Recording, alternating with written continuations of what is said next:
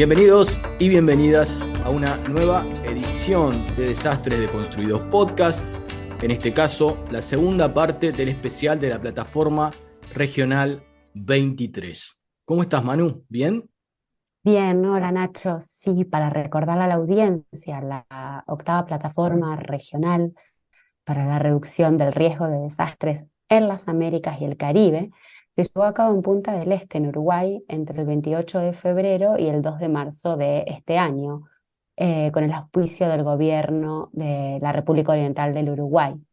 La octava plataforma regional fue una oportunidad para que los gobiernos, los organismos intergubernamentales, el sector privado, la sociedad civil, las comunidades científicos tecnológicas, las juventudes, las agencias de cooperación y donantes y otros actores que son importantes en la región intercambien experiencias y permitan facilitar la toma de decisiones sobre lo que es el plan de acción regional para la implementación del marco de Sendai en las Américas y el Caribe. Ahí estuviste vos, como les dijimos en el programa anterior, estuviste participando de toda la edición de la PR23 y pudiste ver en primera persona todo lo que ocurrió y hablar con los protagonistas y las protagonistas. Sí, así fue. Y bueno, lo que nos gustaría para esta edición especial es poder mostrar justamente la multisectorialidad y la necesidad de hacer alianzas entre los distintos sectores en la gestión del riesgo de desastres. Así que bueno, las y los invito a comenzar con la escucha de Luis Gamarra, quien trabaja en el Programa de Naciones Unidas para el Desarrollo, que es el PNUD. Cumple un papel fundamental para ayudar a los países a alcanzar los objetivos de desarrollo sostenible.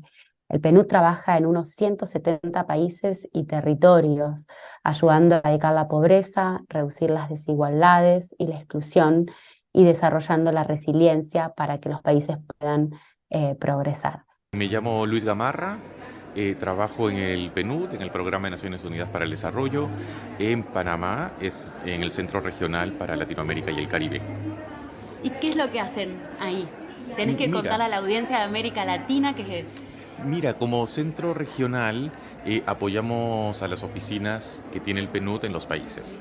De manera específica, en mi tema sería en reducción de riesgos y recuperación post-desastre, que es una de las líneas, el tema de recuperación es una de las líneas prioritarias para el PNUD, porque a través de los procesos de recuperación intentamos que se transformen las condiciones que generaron la situación de desastre previamente. Pero eso implica vincularlo a los procesos de desarrollo y que estos sean entonces transformativos de las condiciones de vulnerabilidad preexistentes.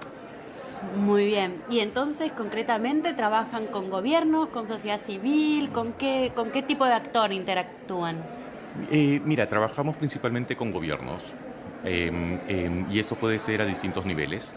En los temas de recuperación, por ejemplo, normalmente a través del nivel central, de los ministerios de planificación, ministerios de finanzas, para hacer una evaluación de la situación del impacto del evento de desastre, pero ya luego con los otros sectores para ver medidas más específicas en temas de agricultura, de vivienda, de educación, de salud.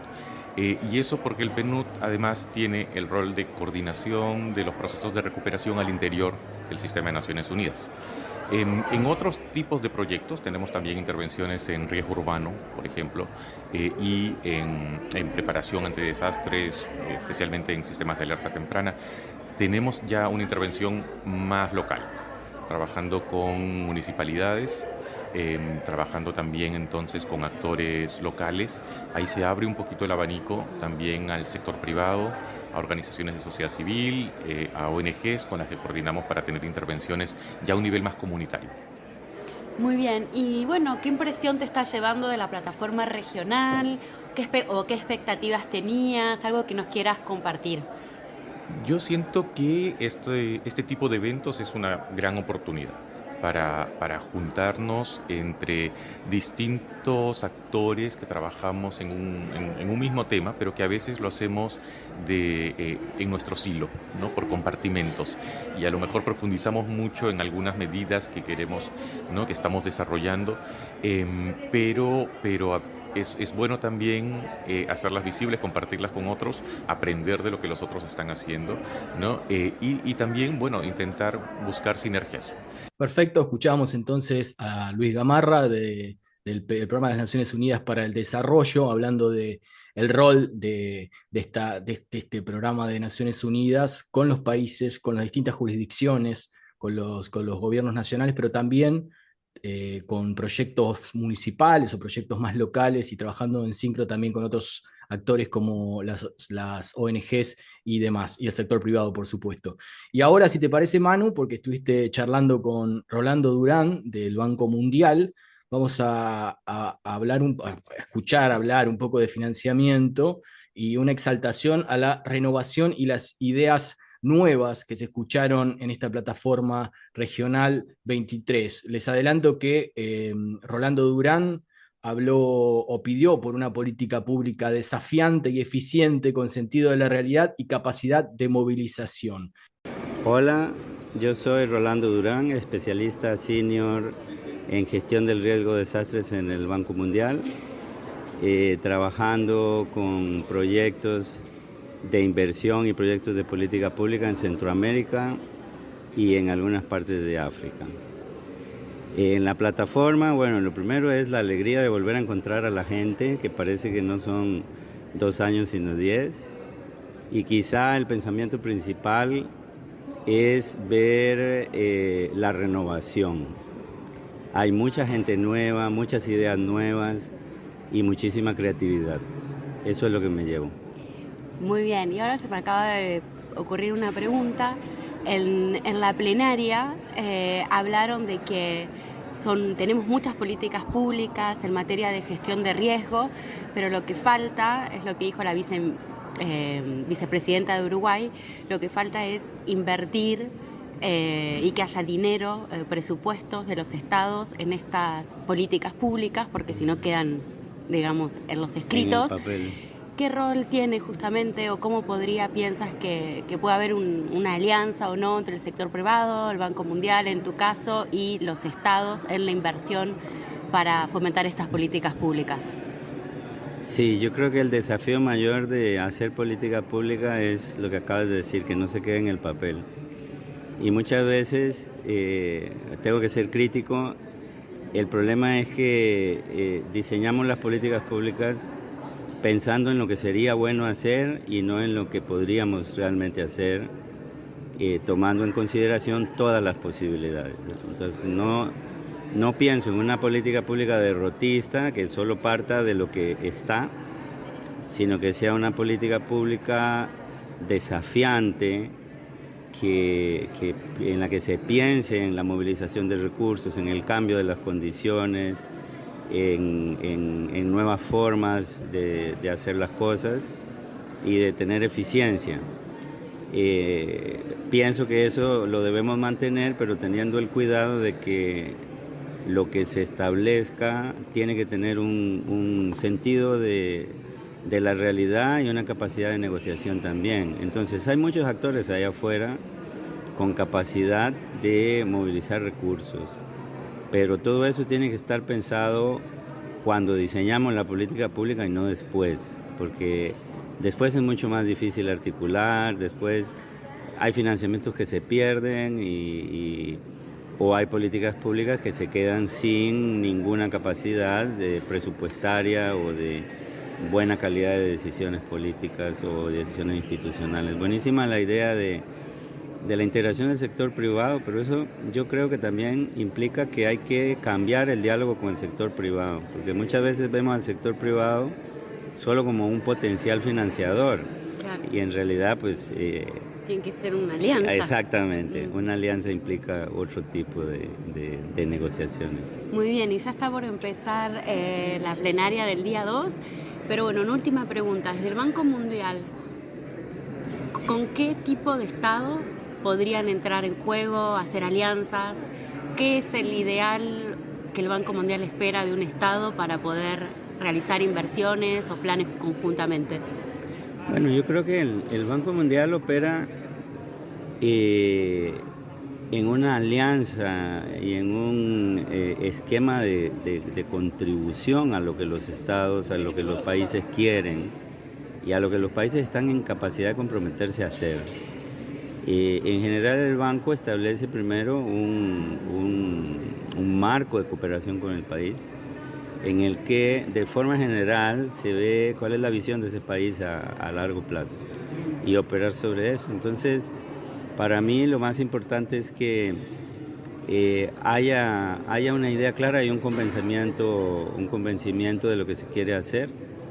Y después de eso, el banco no solamente puede movilizar los fondos de los préstamos y cosas así, que son fondos gruesos, grandes, que permiten cambiar una realidad, sino que también hay posibilidad de apoyar, digamos, en la parte estratégica, en la parte de diseño, en fin, de forma que no solamente los países que ya tienen las condiciones estén capaces de acceder a los recursos, sino que en países o comunidades que no están, ayudarles a crear esas capacidades. Bueno, como hemos visto, el Banco Mundial cumple un rol en lo que es la gestión de riesgos, y hay otro sector también clave en estas alianzas, que es el sector privado. Y para eso vamos a presentar el testimonio de Carlos Doncel con su empresa Space, y forma parte del grupo Arise, que es un conjunto de empresas que trabajan en pos de la reducción de riesgos de desastres bajo el auspicio de Naciones Unidas. Escuchemos el testimonio de Carlos Doncel. Hola, buenos días, buenas tardes, buenas noches. Mi nombre es Carlos Doncel, trabajo en SpaceSur, una empresa argentina con filial en Barcelona. Nosotros trabajamos todo lo que es ingeniería de desarrollo de soluciones digitales, priorizando la explotación de datos satelitales. Transformamos datos satelitales en información para el proceso de toma de decisiones y estamos permanentemente tratando de desarrollar proyectos de innovación. Hemos desarrollado un proyecto, una plataforma digital para UNICEF, en donde a partir de datos satelitales le damos una visión de cómo está distribuida la población en el área geográfica del África subsahariana, donde es muy difícil hacer censos uno a uno. Nosotros clasificamos la distribución poblacional, a partir de esa clasificación pedimos hacer microcensos y con esa información le damos a UNICEF con un grado de confiabilidad muy alto cómo está distribuida la población, como para que pueda planificar y ejecutar una campaña de vacunación contra la polio. Excelente. Y bueno, y acá estás en la plataforma regional de reducción de riesgos de desastres en Uruguay. Vi que tenés un stand. ¿Qué viniste a presentar y cómo tu trabajo y cómo el sector privado contribuye a esto que es la reducción de riesgos de desastres? Bueno, nosotros hicimos para el Ministerio de Seguridad de la Nación una plataforma digital para que cada municipio pueda desarrollar el mapa de amenazas y el mapa de vulnerabilidades, y la plataforma pueda automáticamente desarrollar el mapa de riesgo, con la idea de generar la información con trabajo de campo, pero poder tener una visión nacional de lo que son la gestión de riesgos.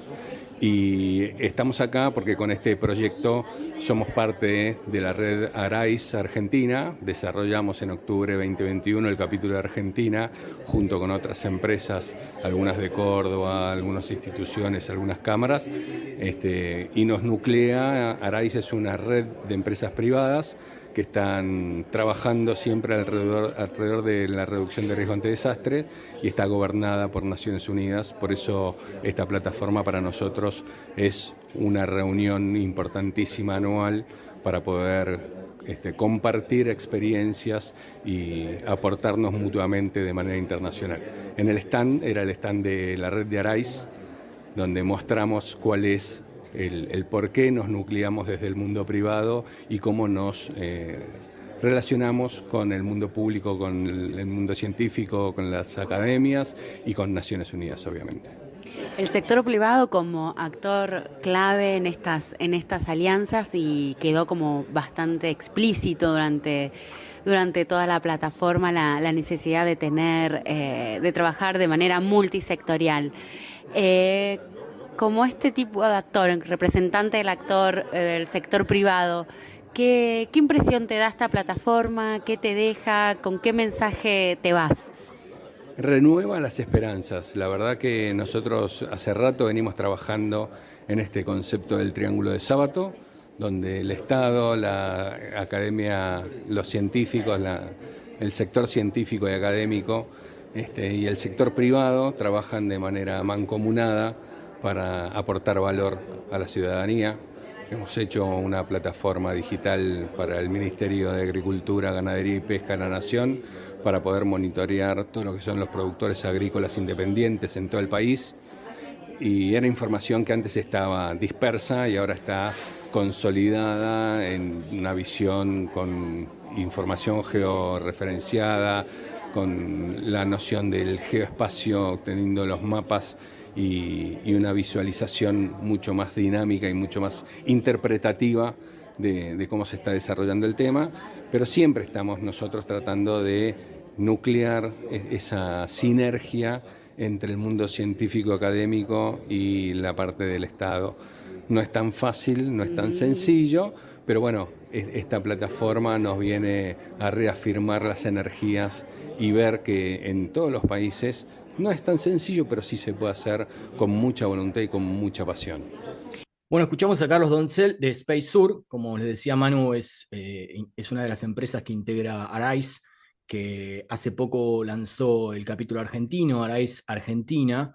SpaceSur trabaja con datos satelitales para la toma de decisiones, como les decía Carlos, con una sinergia fundamental, crucial, entre privado, ciencia, academia y Estado. Seguimos con otro sector fundamental, que es la asociación civil.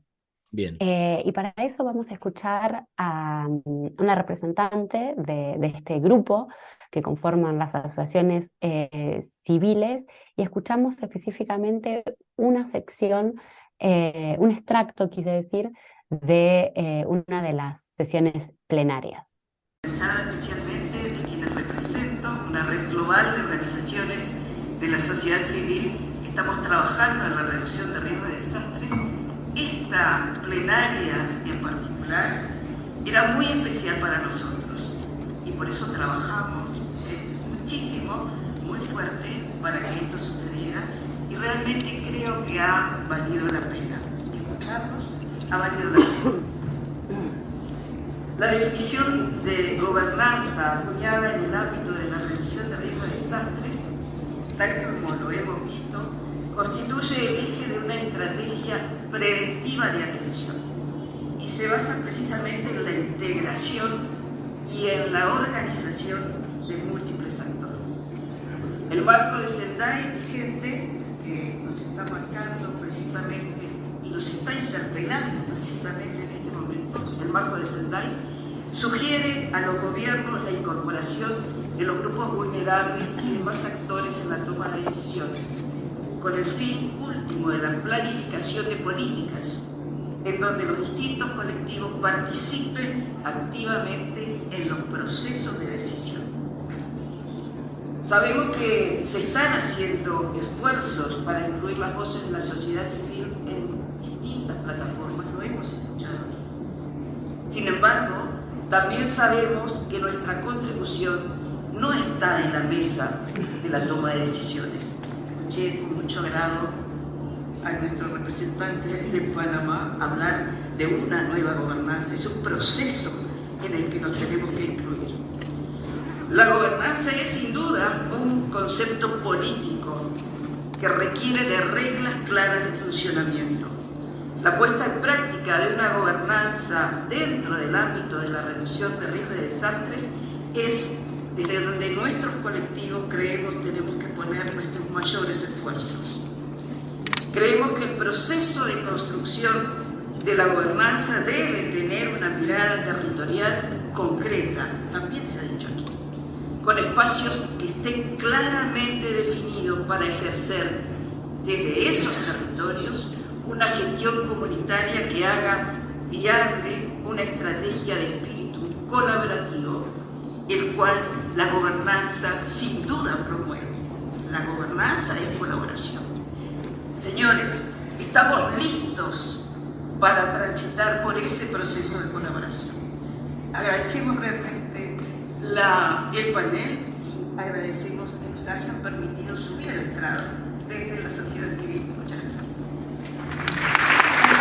Escuchamos a Graciela, representante de las asociaciones civiles, quienes nos cuentan y nos dejan un mensaje contundente acerca del rol de la asociación y nos dicen que están preparadas para ejercer la reducción de riesgos de desastres. Y con esta introducción y con este mensaje vamos a presentar a otro grupo, RIADIS, Red Latinoamericana de Organizaciones de Personas con Discapacidades y sus Familias. Pude entrevistar a Geraldine Guzmán y a Elizabeth Campos, quienes nos van a hablar de la ingestión inclusiva del riesgo de desastres. La gestión inclusiva como la aplicación de políticas y estrategias de reducción de riesgos de desastres con el propósito de prevenir nuevos riesgos de desastres, reducir los riesgos de desastres existentes y gestionar el riesgo residual. Esto va a incluir actividades de preparación, respuesta y recuperación, pero lo importante es que considera las necesidades y la participación de las personas con discapacidad con el mismo nivel de prioridad de toda la población. ¿Cómo están, compañeros, amigos? Acá yo soy Geraldine Guzmán, estamos hablándoles desde la plataforma regional para la reducción de riesgos de desastres. Estamos aquí en Uruguay participando. Yo soy de RIADIS, de la Red Latinoamericana de Organizaciones de Personas con Discapacidad y sus Familias. Soy una persona con discapacidad física y soy también magíster en gestión de riesgos en Bolivia. Hola, mi nombre es Elizabeth Campos, soy una persona con discapacidad visual. Por mi condición de albinismo, vengo trabajando hace varios años ya el tema de gestión de riesgos inclusivos, en el que las personas con discapacidad no solamente somos personas que tienen que ser asistidas, atendidas como cualquier otra persona, sino que también somos actores y promovemos la participación de las personas, ¿no? Estamos aquí en la octava plataforma regional de gestión de riesgos de América Latina y el Caribe, en Uruguay, en Punta del Este, y compartiendo, ¿no? y aprendiendo y compartiendo las experiencias de la participación de las personas con discapacidad en la gestión inclusiva de riesgos de desastres, ¿no? Estamos con RIADIS, ¿no? Con la Red Latinoamericana de Organizaciones de Personas con Discapacidad y sus Familias, y sobre todo conformadas en la red HIRLAC, que es una red de diferentes organizaciones de América Latina y el Caribe que se han unido para trabajar la inclusión en la GRD. Gracias por su participación y por su tiempo. ¿Qué implica una gestión inclusiva en materia de reducción de riesgos de desastres? Bueno, la gestión inclusiva implica que se tomen en cuenta mecanismos de accesibilidad universal para todas las personas. Pasa que las personas con discapacidad, por ejemplo, somos un 10% o 15% de la población mundial entre las últimas estadísticas, y somos las que en situaciones de riesgo de desastres sufrimos más cambios y somos potenciales a recibir varias afectaciones de los desastres. Y sin embargo, se siguen considerando ausentes la accesibilidad a la información, accesibilidad al espacio físico, accesibilidad también en cuanto a prejuicios, ¿no? Porque se toma en cuenta a la persona con discapacidad como una persona que solamente va a ser atendida en caso de desastres, y participamos ahí en la parte final donde dicen ellos tienen que ser evacuados primeramente, ¿no? Pero ni siquiera eso, porque para hacer eso tienes que tener datos de las personas con discapacidad, dónde se encuentran, cómo tratarlos, cómo comunicarte con ellos, y no es posible, ¿no? Y no solamente en eso, la red HICLAC, que presenta esto de gestión inclusiva, habla de que la persona con discapacidad tiene tanta capacidad, justamente es tan resiliente, que puede participar en la parte de la prevención, en la parte de la reunión con otras organizaciones, donde podemos nosotros informar cómo llegar a las personas con discapacidad y ser tomadas en cuenta para las guías de simulacros, para las guías de participación y también para tomarnos en cuenta durante la emergencia, para participar durante la emergencia. Excelente. Y bueno, ¿qué impresión, qué sensación se están llevando de aquí, de la plataforma, o con qué desafíos, qué lecciones aprendidas? Bueno, un comentario que quieras hacer. Sí, bueno, acá en la plataforma vemos que se están haciendo muchos esfuerzos para ser inclusivos y eso es importante. Lo importante, hay veces, no es digamos, el que esté solamente en las políticas, en los planes de gestión de riesgos, que esté una mirada reconociendo la diversidad de las personas, porque todos somos diversos, no solo es la discapacidad o el ser de comunidades indígenas, ¿no? de poblaciones rurales, sino que la diversidad es múltiple. Las personas tenemos múltiples condiciones de vida y tenemos múltiples identidades y todo eso es diversidad, ¿no? Y yo creo que se está visibilizando, ¿no? El enfoque de género, el enfoque de discapacidad, el reconocer las diferentes edades, ¿no? Los diferentes grupos etarios y reconocer que todos tenemos capacidades. Yo creo que eso se está viendo, se está hablando y lo importante es eso, que se hable, que se vean los temas y de acá en adelante yo diría que es importante también que nos vean en los presupuestos. Bien, escuchábamos entonces a Geraldine Guzmán y Elizabeth Campos.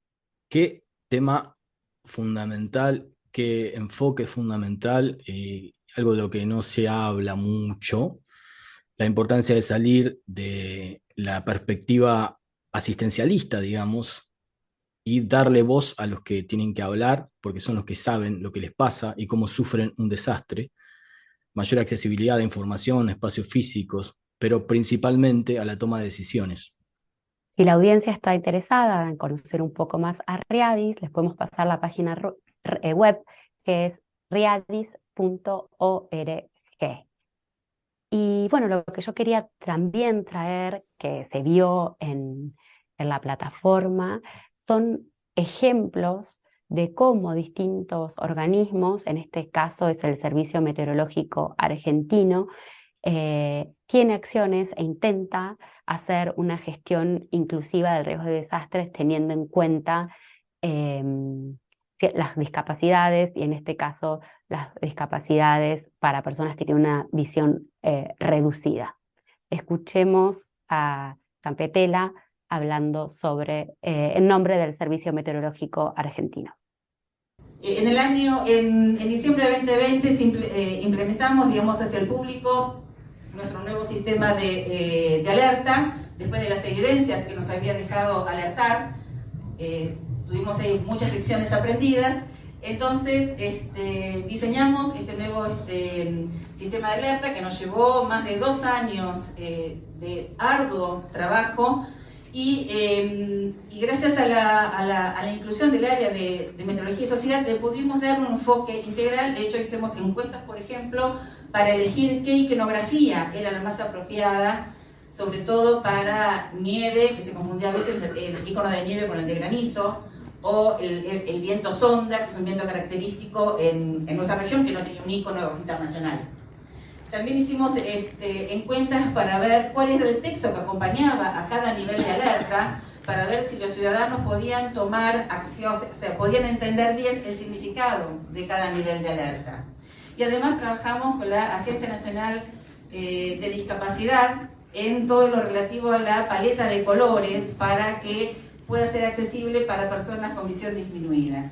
Y les quería contar también, entonces, nuestro sistema de alerta parte de la alerta inmediata, que es una alerta que se emite en zonas cubiertas por radar meteorológico en Argentina, que tiene un tiempo de validez de 1 hora hasta las próximas 3 horas. Luego, después pasamos a la alerta más regional, que es esta alerta inmediato es la figura que está arriba a la derecha. Después pasamos a las alertas más regionales por cinco fenómenos, pero son alertas a 24, 48 y 72 horas. Anteriormente, el Servicio Meteorológico emitía solamente alertas a 24 horas y preavisos de alerta que eran únicamente emitidos hacia los tomadores de decisión, o sea, no eran públicos.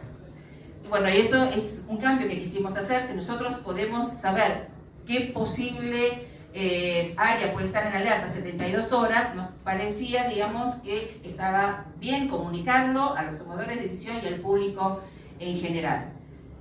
Escuchamos a Claudia Campetela, entonces, hablando de lo que les anticipó Manu y refiriéndose también al capítulo Meteorología y Sociedad del Servicio Meteorológico, a su nuevo sistema de alerta lanzado en 2020, si recuerdo bien lo que dijo, y a la importancia de ir afinando estos alertas para la comunidad con la experiencia de lo vivido. Claudia Campetela, entonces, del SMN argentino.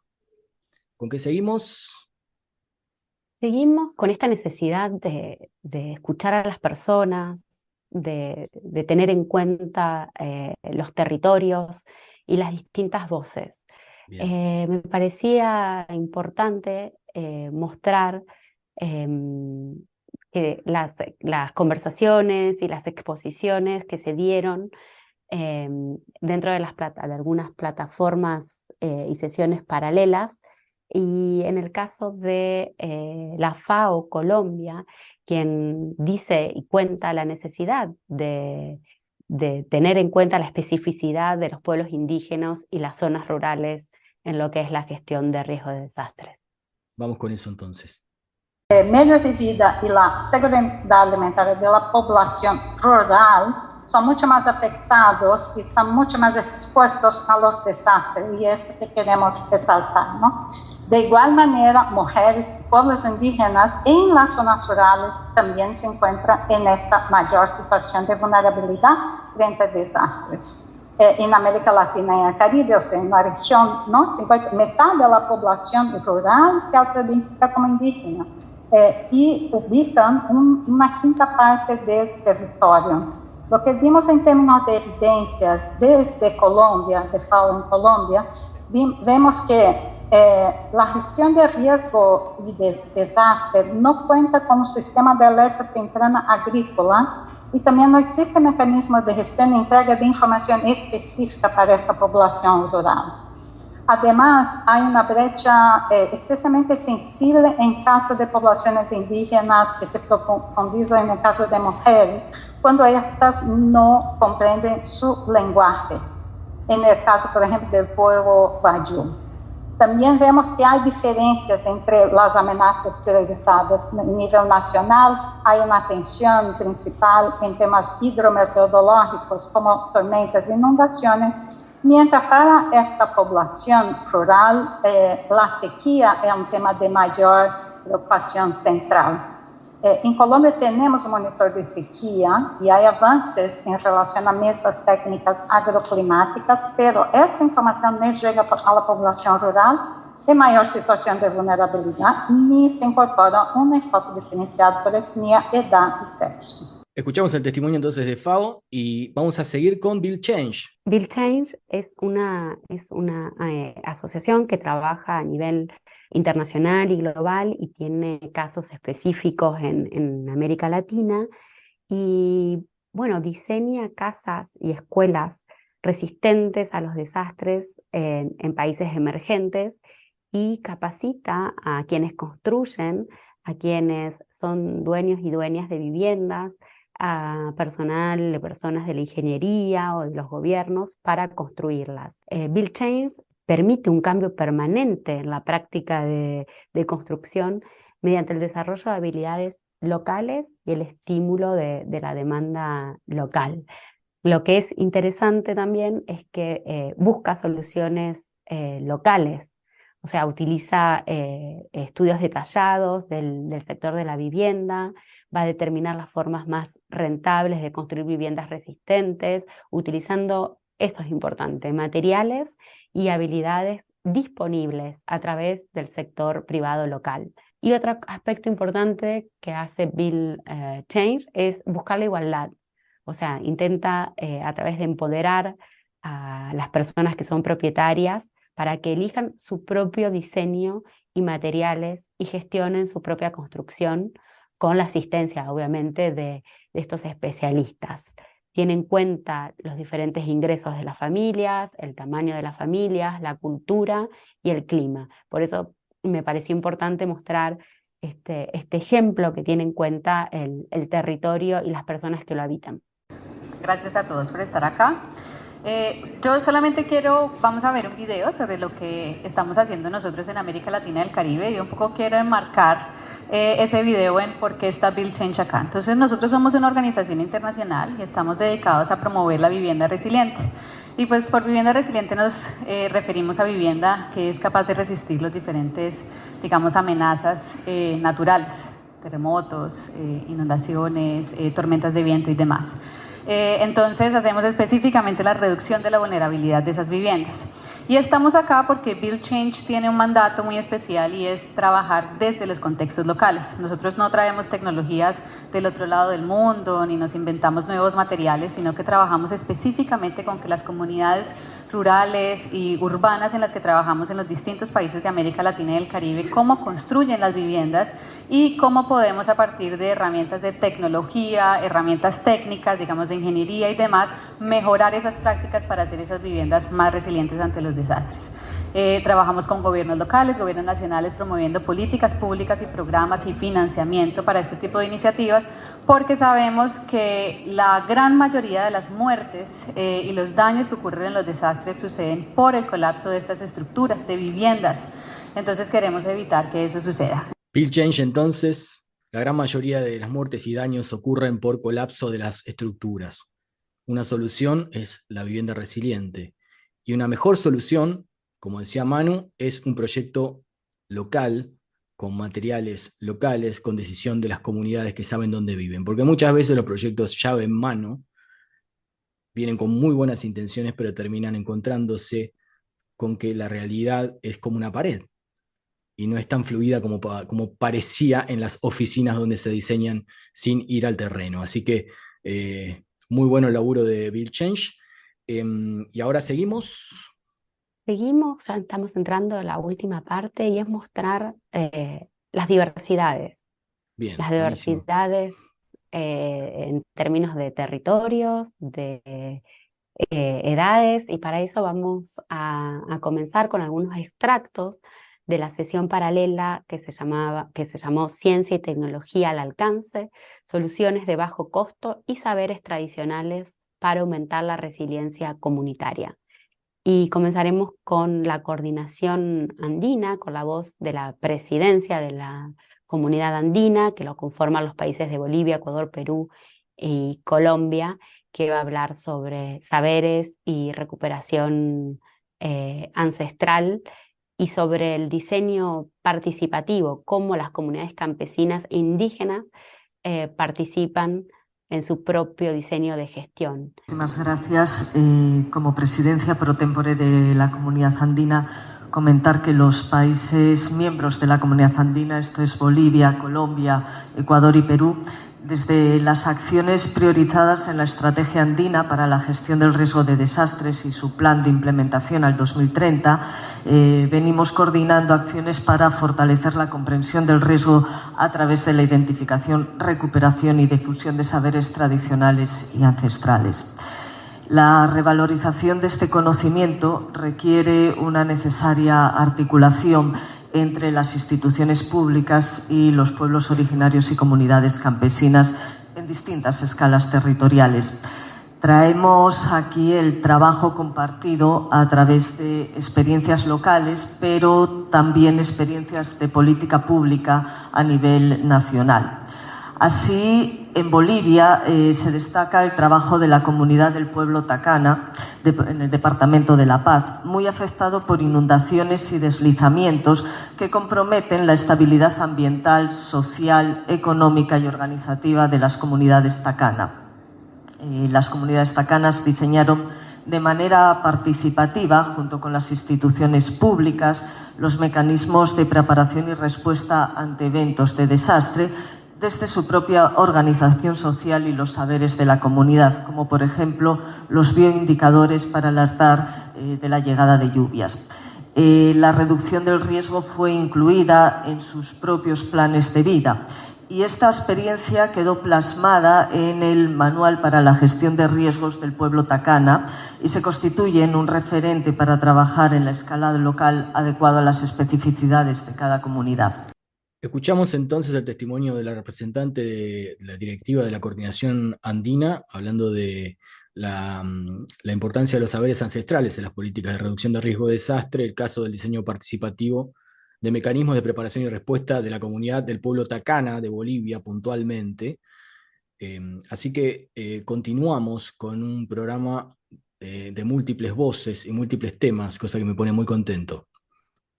Sí, un poco para revenir y contar a la audiencia qué es lo que es un diseño participativo. Concretamente, bueno, es una herramienta, es un proceso que permite asociar distintos actores a un proyecto y en este proyecto, si las propias personas y los distintos actores van a identificar sus necesidades, van a evaluar oportunidades y van a tomar decisiones. Lo que es muy importante que la activa participación de la población en los proyectos refuerza la aceptación social de los proyectos y además potencia sus beneficios para las comunidades, ya que logra mejorar normalmente los medios locales de subsistencia. Y bueno, y para seguir, quería que escuchen el testimonio de Carlos Biasa, de la organización Geoindígenas, y bueno, va a mostrar un ejemplo de cómo esta asociación durante la pandemia en Panamá trabaja con el Estado proporcionando mapas y detalles que sirvieron para hacer frente a la pandemia. Un poco quién es esta asociación, si quieren conocerla más. Esta organización es geoindígena.org, donde hay técnicos y técnicas del campo de la geografía y otras profesiones relacionadas. Es una asociación sin fines de lucro y cuyo mandato es responder a las necesidades de demarcación, mapeo y cartografía de las tierras, territorios colectivos y comarcas indígenas en la República de Panamá. Lo que es súper interesante es que Geoindígena está conformada por jóvenes e indígenas, hombres y mujeres de diversos pueblos, profesiones, experiencias y capacidades, y trabajan realmente con una ética y compromiso social con el movimiento indígena. Escuchemos a Carlos Biasa. Ok, Baribia Yavana, Canamita, Namaduano, Motruna Carlos Biasa, Wanata Viaquiruta. Muchas gracias, hermanos. Mi nombre es Carlos Biasa. Básicamente, nuestra introducción en todo esto es cómo nosotros, como Geoindígena y una organización indígena, aporta lo que es la sociedad y en una etapa bastante interesante para el Estado, en este caso de Panamá, pandemia, COVID-19. Básicamente fue una iniciativa de un mapa digital donde mostrara los territorios indígenas, lo que eran los puntos rojos de COVID, y que esto pudiera ser un punto focal para apoyo del Estado central, gobierno, hacia o que bajara directamente a las comunidades afectadas, mostrando entonces territorios indígenas, COVID-19 y organizaciones u ONGs que estuvieran trabajando cerca o dentro y que pudieran apoyar directamente a esas comunidades afectadas, sin tener que tomarlos todo en una sola bolsa o global, sino centralizar los apoyos a estas comunidades indígenas, hablando en el Darién o en todo el país, básicamente.